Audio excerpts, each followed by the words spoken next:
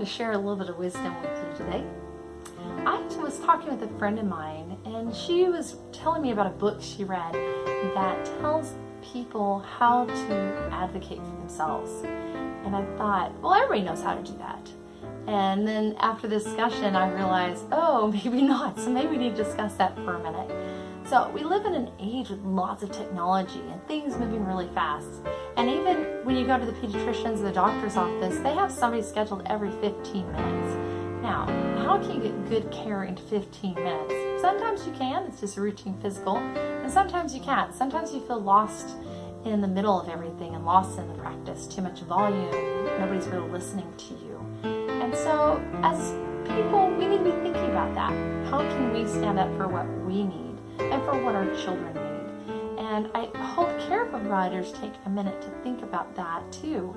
How can they help empower their clients and to let them choose and to be educated with that? When we don't have the information, how can we choose?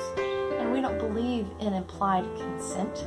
We believe in informed consent, which means you have to tell me my options and the pros and cons, and then let me choose what is best.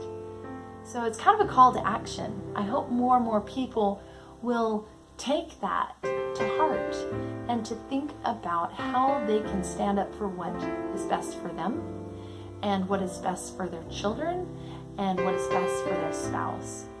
And it's very important that we do that, because the more we sit back, the more we let things happen to us, then the treatment will just repeat itself. If we want a better society, better treatment, better options, we have to stand up in a polite way, in a gentle way, but still stand up and say, I don't think that's best.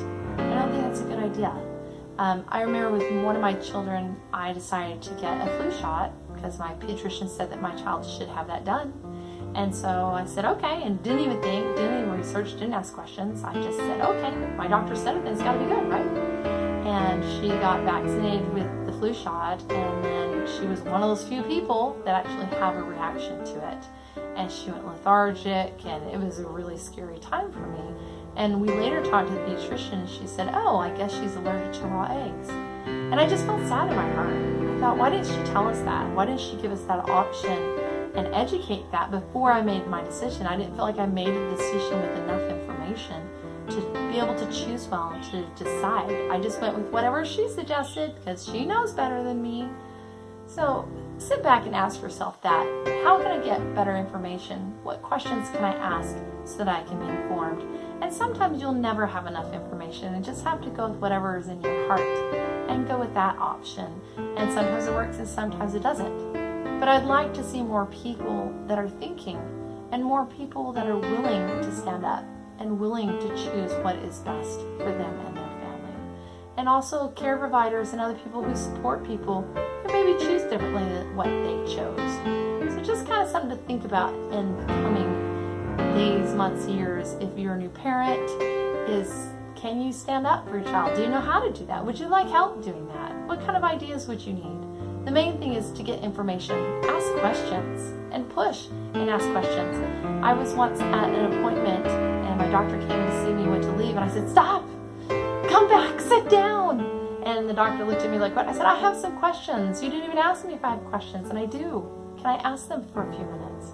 And he was totally kind and totally willing, but he hadn't expected that. But I had to stand up. I had to be the one to say, I had a question. I don't have my needs met. Can we talk for a minute? So it's just a little tip. So I don't sit around blaming other people for my choices. They are my choices. And if I didn't get educated in them, then that's my bad, my problem. So get educated, make those choices, and figure out what those options are so that you can choose what is best for you and your family. And that's part of being a parent.